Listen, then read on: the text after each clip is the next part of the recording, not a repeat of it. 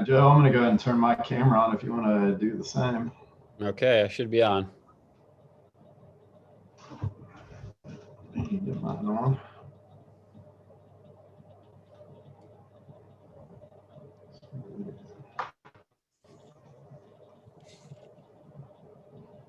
All right. Can you see me all right? I can.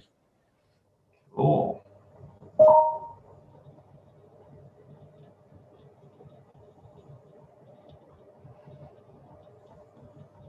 Got people rolling in. Welcome, everybody. Excited to have everybody here.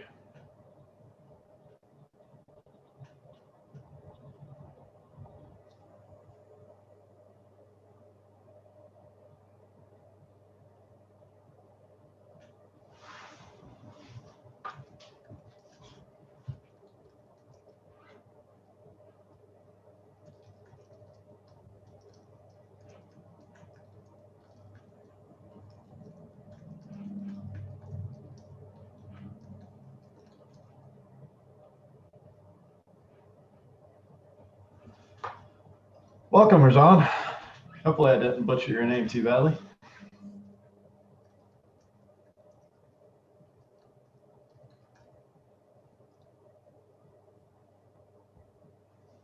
If anybody else would like to follow suit and introduce yourself, where you're from.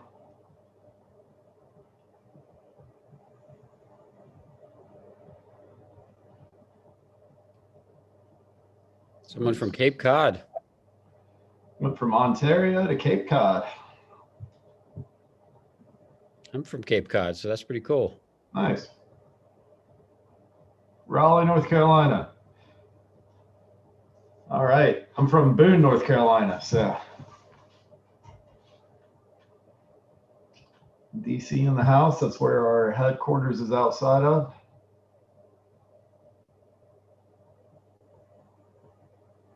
We got people from everywhere.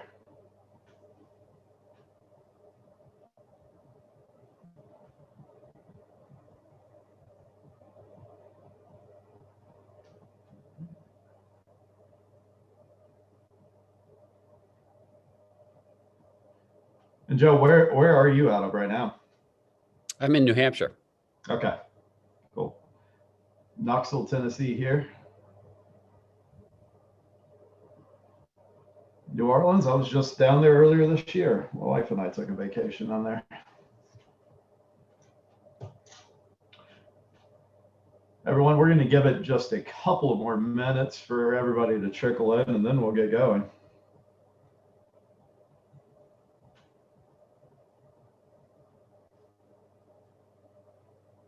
Vermont. Lots of people from Neighbor. Northeast.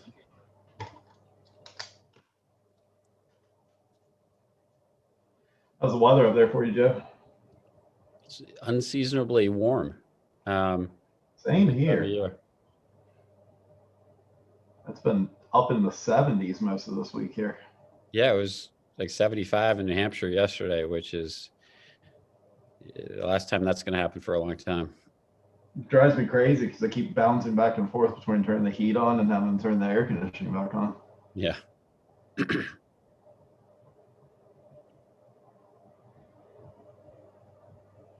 it just one more minute. We got a bunch of people still popping in here.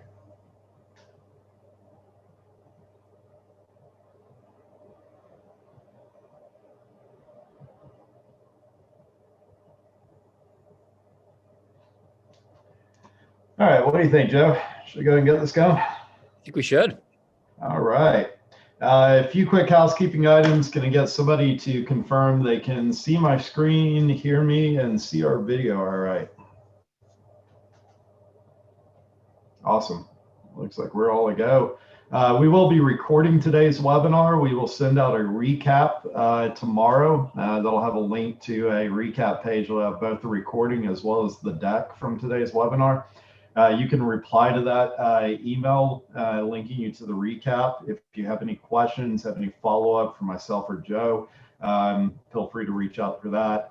You also have my information from the calendar invite for today. So again, don't hesitate to reach out to myself. I reply to that email. And we also have on the last slide of this deck contact information for myself and Joe as well. So happy to answer any and all that anybody may have. All right, let's get going. So you're here for Sales Intel and Connect Leader. And we're going to be talking about the cold everything secret to sales. So with everything that's going on, Joe and I were talking just a little bit ago. This has been a very, very popular topic category.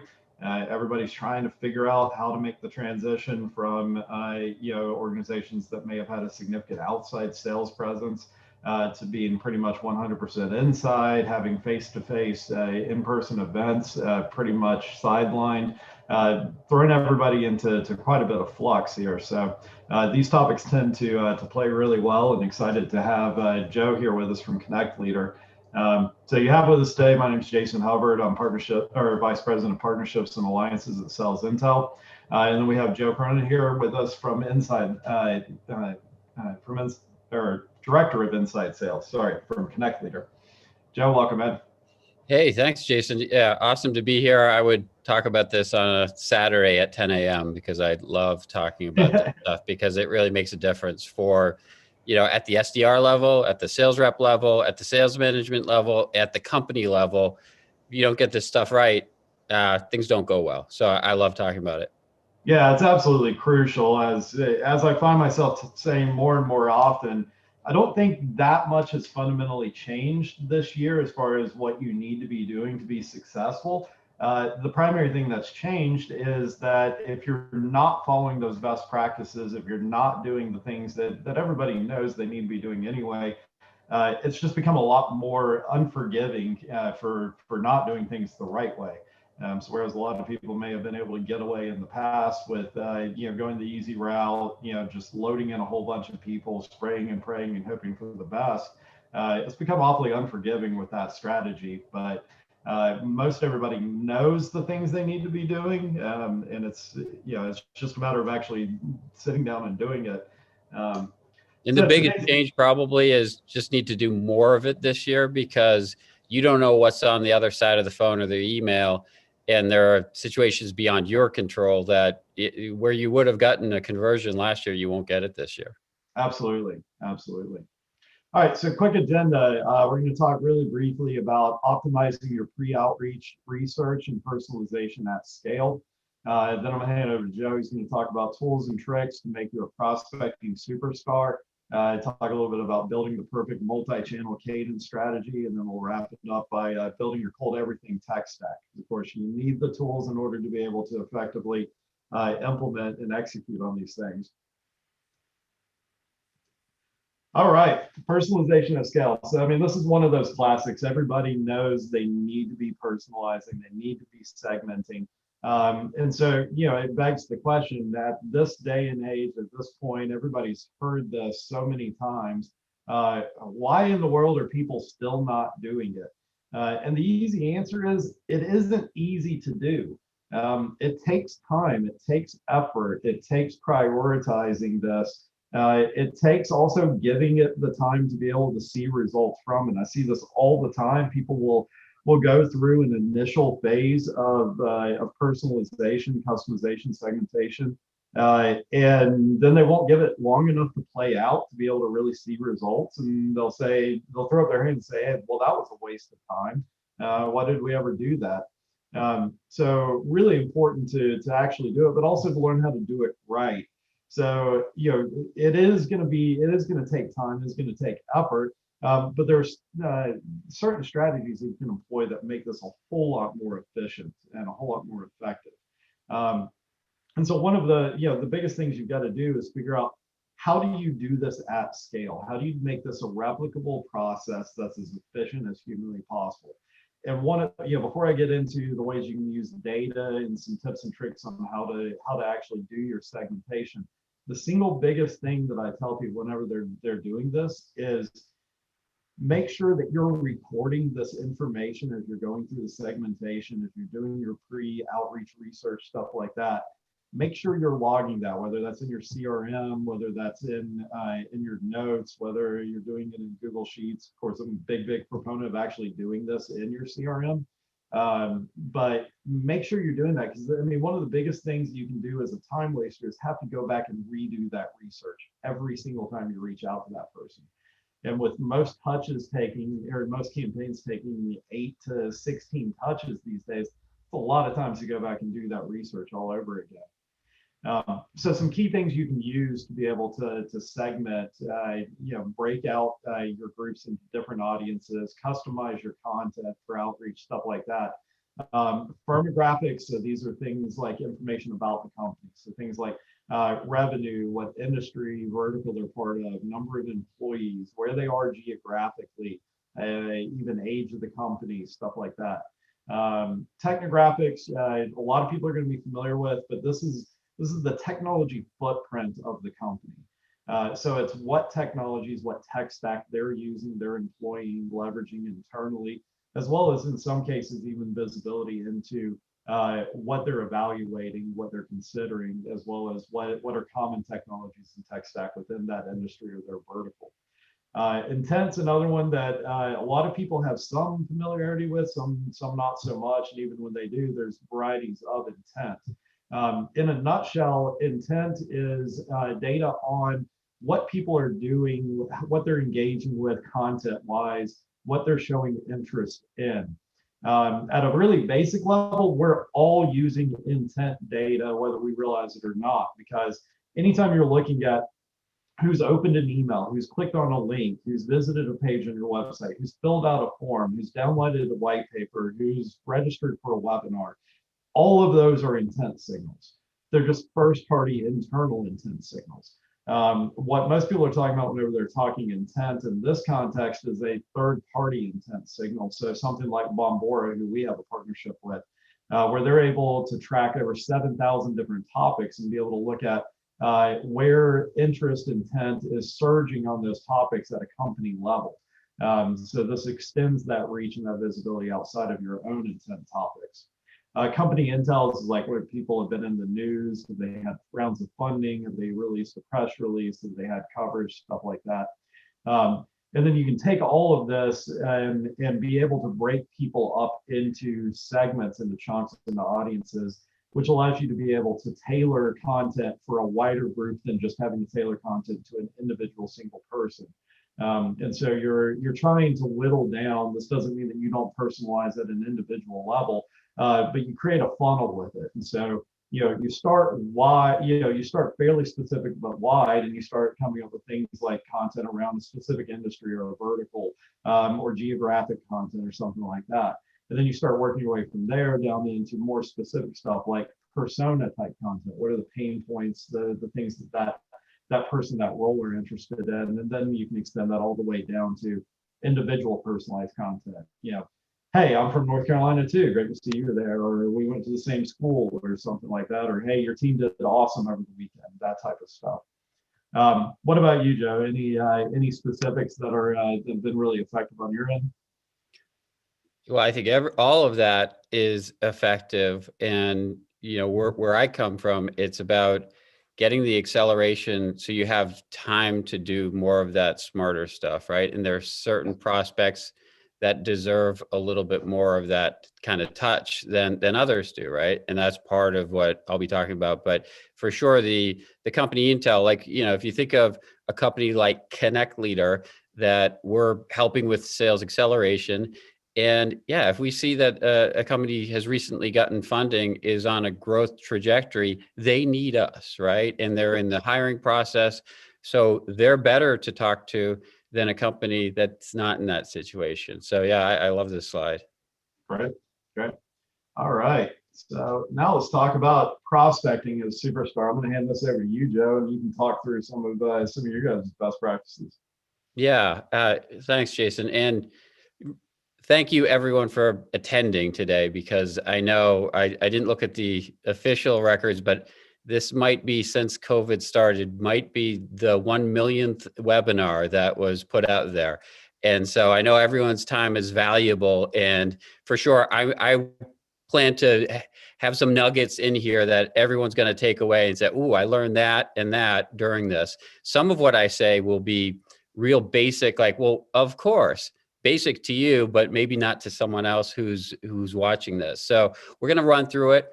But the biggest takeaway I want everyone to have is that I think it was Aristotle who said the whole is greater than the sum of the parts, right?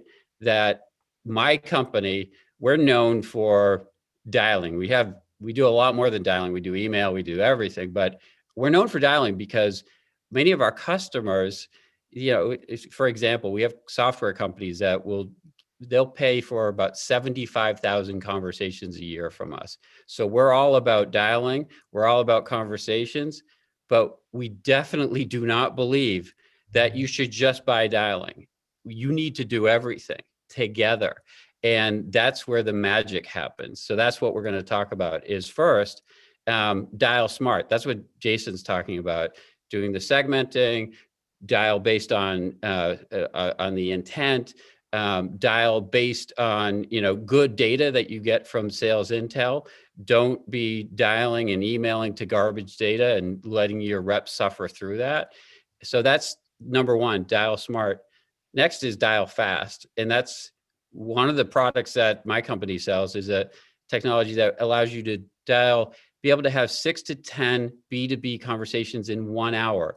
That's compared to a typical rep out there that they might only get 3 to 5 conversations in 1 day of dialing.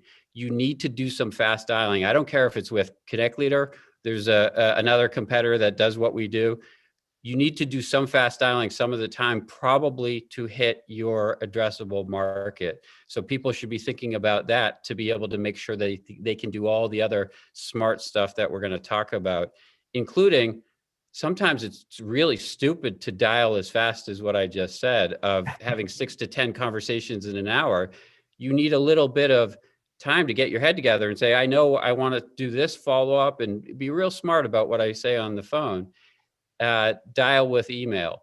That is, something that is a little bit, 2018 in terms of companies figured out that it can't just be an all dialing strategy, that we need to back up dialing with both email, before the dial and then after the dial as a follow-up.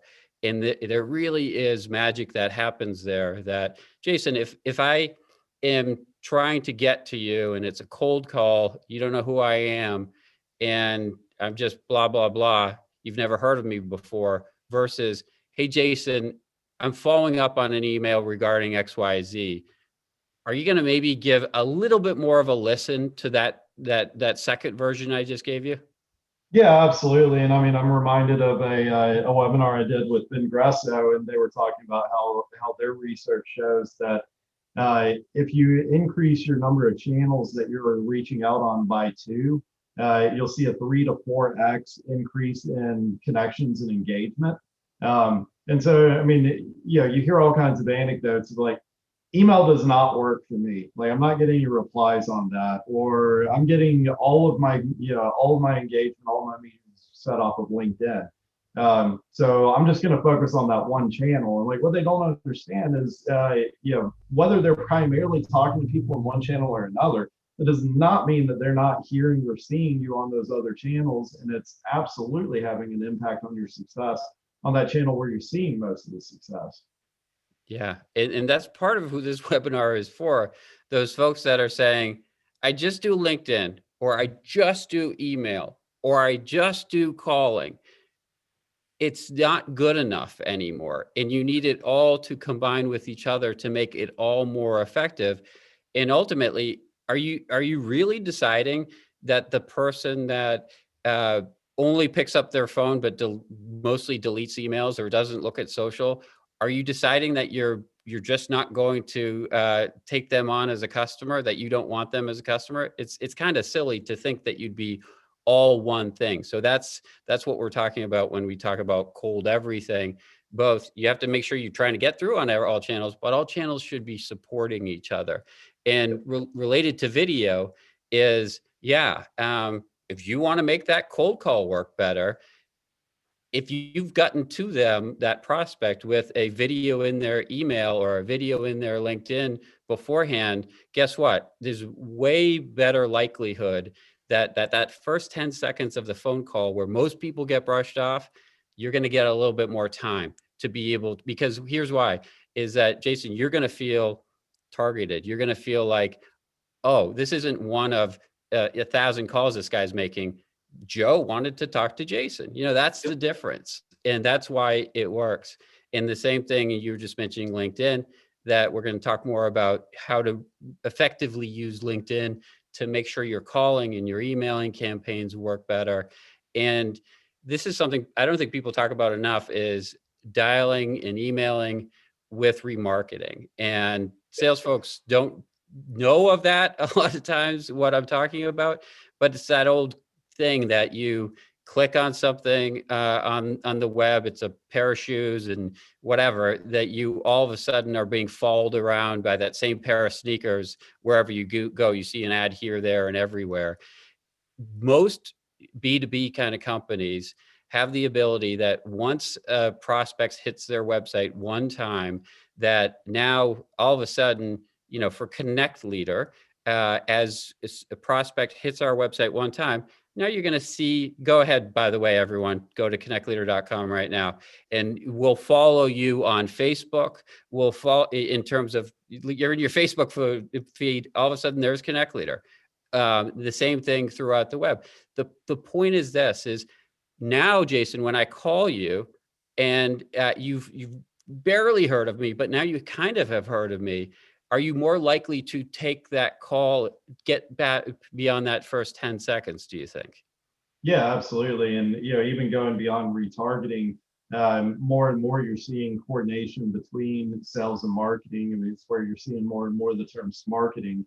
And one of the keys to that is leveraging an ABM platform where they don't even have to hit your website. You can, if you've got coordination between your sales and marketing teams, you're doing an ABM approach to how you're doing your sales and marketing, and you've got an ABM platform. You can feed in those domains. In some cases, you can even feed in those email addresses of those specific contacts that you're targeting, and even surface and hit them with ads before they've even been to your website. So it's all a cumulative effect, and the more that you have coordination between channels and departments, the more effective you're going to be. Yeah, and that's all true. But here, what I want people to think about, especially sales reps, is that you actually have some control here. If you can figure out ways to get your prospects to good content on your website that's enticing to them, now you have control of whether or not that prospect for a period of time is going to continue to see your company name, to make your emails work better, make your phone calls work better. And then the last point here is what Jason was referring to before, of intent-based intel. And that can be either from places like Bombora, from Sales Intel, or even, it's intent-based. If someone clicks on your email in your cadence, make those calls first, right? So Jason, I don't know if you want to jump in, talk more about this slide, or we can jump to the next one. Yeah, well, I just skipped right over the next one. So yeah, absolutely. And one thing to highlight just how important intent data is, whether it's first party or third party, is no matter how good of a job you've done of just explicitly defining your ICP, 100% who the companies are, who the decision-making personas are at those companies you're going to be reaching out to. Research shows only about 10 to 15% of that total population, that ICP you've identified, are actively engaged in the buying process right now. And so what intent allows you to do is be able to narrow in on that sliver, 10 to 15% of your ICP, that's actually actively evaluating right now. Of course, it's not going to be 100%, but it's a whole lot better than just going wide, where you're going to have as much as an 85, 90% miss rate. Yeah, and I think that's a good segue into this piece here, where I'm talking about, there's a baseline that, of course, you need to be making sure there's a mix of activity to all of your prospects that match your ICP, right? That should be fairly basic for most sophisticated B2B shops, that you want to make sure that as a manager, you can go into Salesforce or Zoho, wherever your data lives, and be able to see for any customers that match your ICP within the last month, that there is some contacts, a mix of it, of phone calls, emails, social, because Jason's right, at any given time, only 10%, but you need to stay in front of them all year round so that when they're ready, they know exactly who you are, right? So that's baseline, and that's what everyone should be doing. When we talk about cold everything, if you have a smaller addressable market and you can do cold everything to that smaller addressable market, great. Some folks might find that, well, their addressable market's so big, they have so many prospects that match their ICP, that they need to kind of have another category of ICP plus the ideal persona, which is saying, hey, again, for Connect Leader, our ideal persona might be Chief Revenue Officer, right? And it's a real shame on us if at any of our ICPs, we're not really from every possible channel going after that Chief Revenue Officer, right? So there might be other ICPs that there's not enough indications, right? That we want to make sure the emails are going out, the social, but the advanced stuff is reserved for some folks. So we can look at that in the next slide in terms of some tips and tricks in terms of being able to get to the right people. And some sales folks are more sophisticated than others when it comes to the social, but starting off with, right, like any of your ideal prospects and those ideal personas, if you're not going to LinkedIn, seeing if they're there, and then figuring out where there might be a connection or something interesting about that person, you're making a mistake, because you should be referencing that in an email or in your LinkedIn connection request, which there's a value to that we'll talk about in a moment. But like for you, Jason, I went and looked at your profile, and I noticed that you do not have one master's degree. You have two master's degrees. And if I email you and I say, hey, Jason, I noticed you have two master's degrees and here you are, how cool. Is that going to resonate more than blah, blah, blah, blah, blah, blah, that I'm sending to everyone else? Absolutely. Absolutely. Right. Like it's almost irresistible when you are being talked about, right, by someone else. You want to engage more. So you want to use that in any sort of emails, but also you want to figure out how to look at someone's profile. Jason, I think, writes some blogs, or at least is involved in some blogs, that I could say, hey, I noticed you like this, or I noticed whatever. Something that I'm paying attention to Jason. I really want to talk to Jason. He isn't one of many. I really want to get to Jason. So related to that is use that to also connect to the person, because once you connect, there's a power to be able to actually, hold on one second. Just plugging in the old MacBook is making me nervous here. There's a power to, once you connect, that you're now in their feed, right? And I don't think you want to overdo it by spamming a whole bunch of stuff. But how cool is it that Jason connects with someone, and now that prospect is seeing sales intel stuff in their feed, starting to get more familiar with them. Obviously, that starts to make everything else more powerful when that cold call is made. And, oh yeah, I'm connected. I see their stuff on LinkedIn sometimes.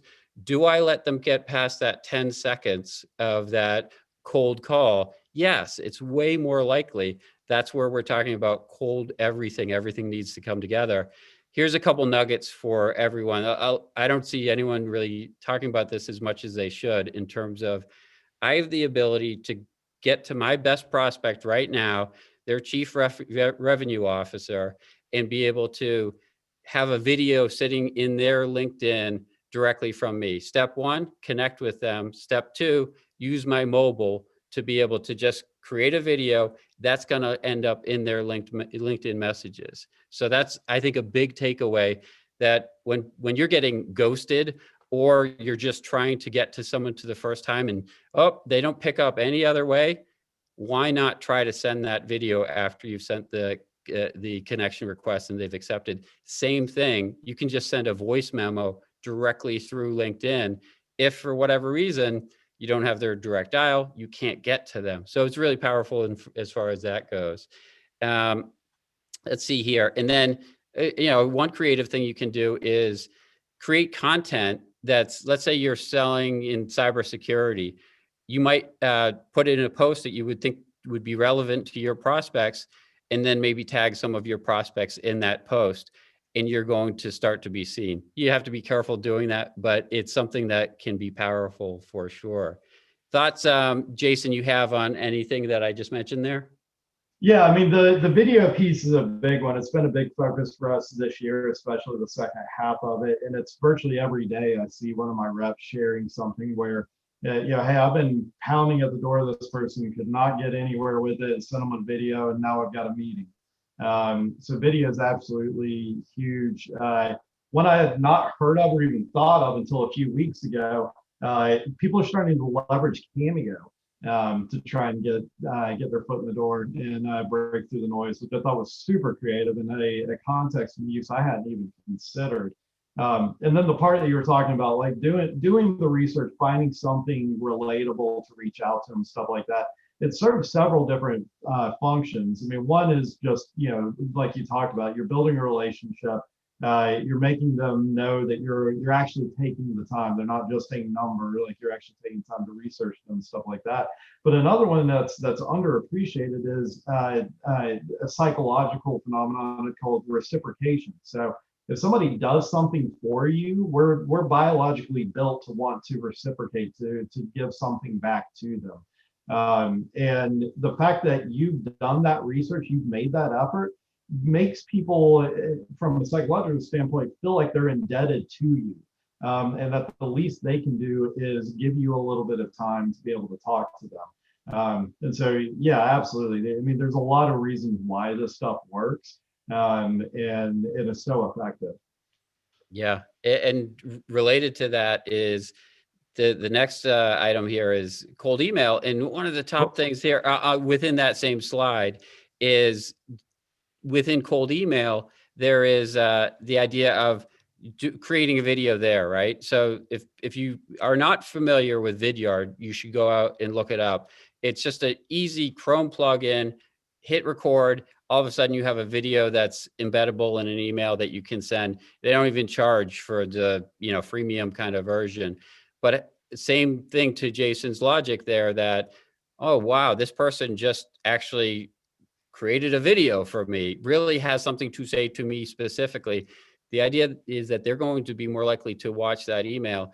And there's a lot of executives that, they're going through a lot of dense emails. They can almost take a break and watch your 2-minute video.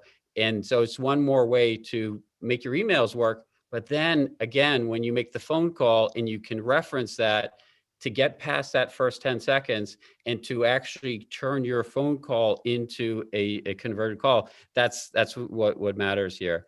So as we move along here, cold calling, of course, you want to do it at all levels, like I talked about before, really fast, like we do with agent assisted dialing, plus the slower dialing as well. That makes sense to be really careful.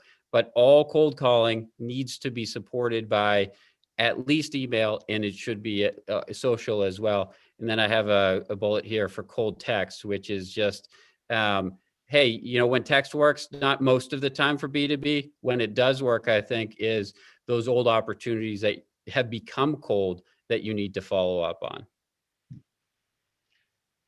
Cool. We're running a little short on time here, so let's get through this one so that we hopefully have a little bit of time to answer any questions that anybody has. Yeah. And we talked, most of this we've talked about, right? That there's the baseline, do the email, phone, social.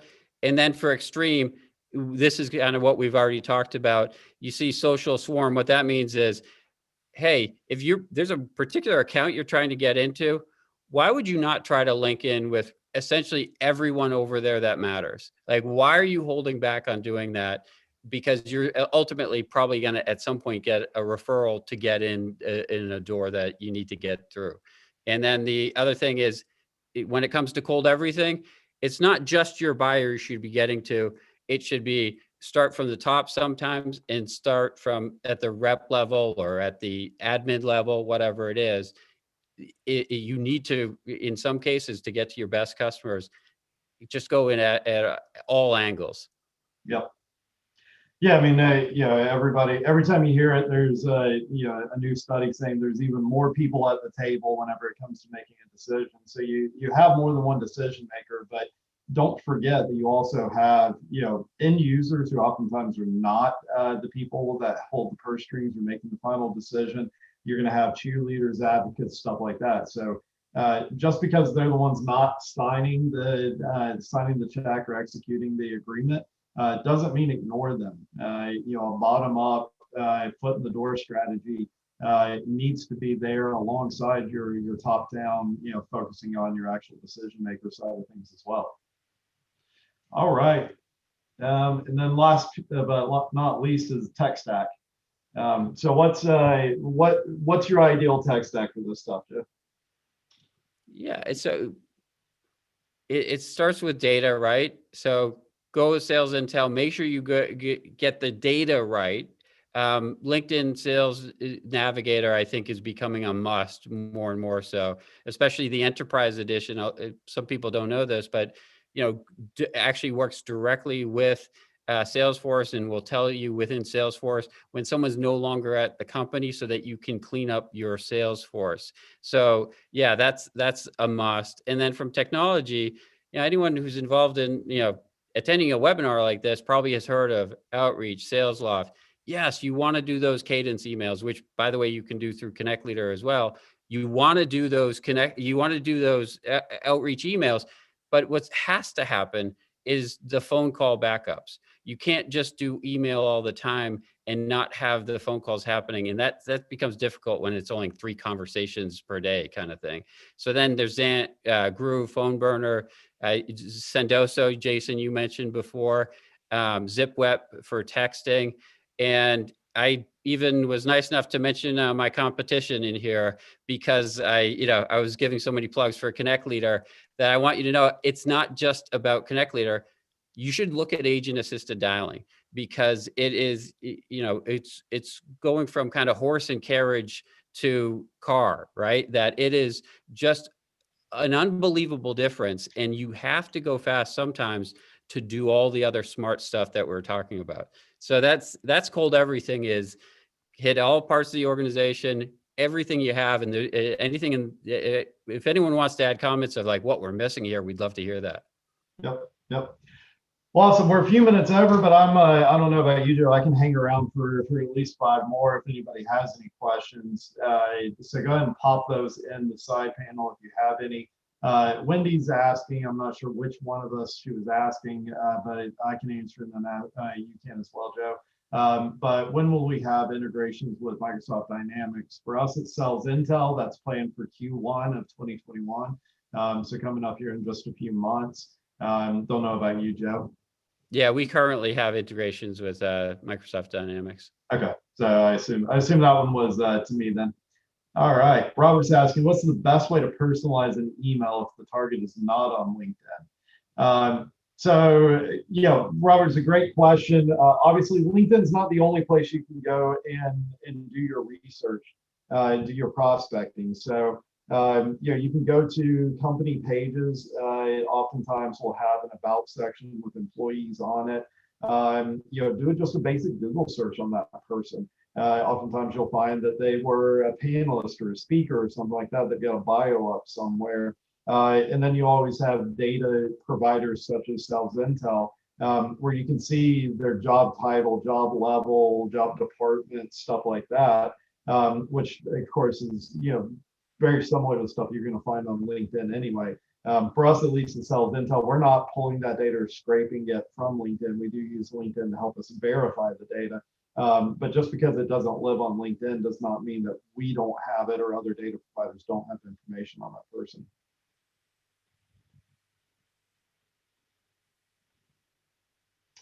All right. Oh, Ben's asking if I would go back one slide. Ben, let me do that for you. Oh, there we go. All right. Any other questions from anyone? Ben, did you have anything on the slide that you wanted answered?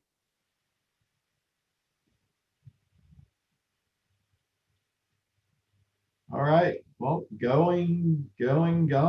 I will go and wrap this up then. Joe, this has been fantastic.